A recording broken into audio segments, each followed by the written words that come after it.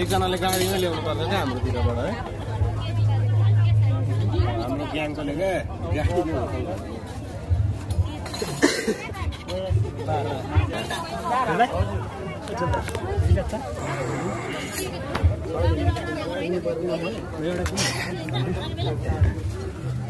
recharge किन चाहियो यहाँ चल्दैन चल्छ अहिले ल हाम्रो यतापट्टि सानो खालको ल बाह्रपोखरीको बारेमा चाहिँ के भन्न चाहनुहुन्छ त तपाईँ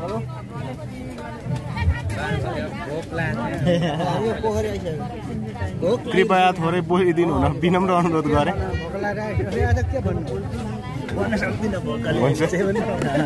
यतापट्टि हाम्रो दिनेश राई चाहिँ के भन्न चाहनुहुन्छ त बाह्रपोखरीको बारेमा चाहिँ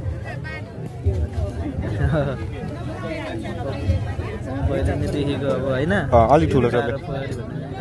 सर अलिक के भन्नु न बाह्रपोखरी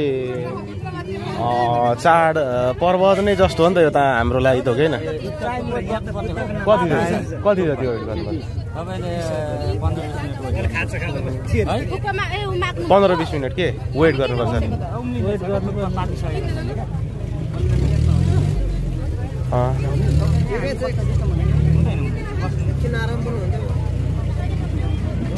खास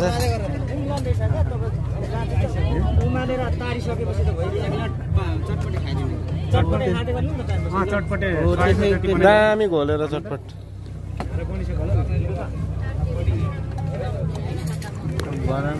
अनि बाह्रपोखरी लाग्नुको यो कारण चाहिँ के हो त भोलि बिहान देउता ठरिन्छ त्यही हो देउता चाहिँ के कारणले चाहिँ ठरिएको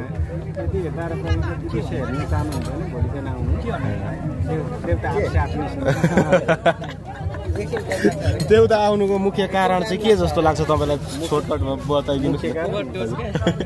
अब के भन्नु अब लोड बढी गरेपछि अब के हाल्नु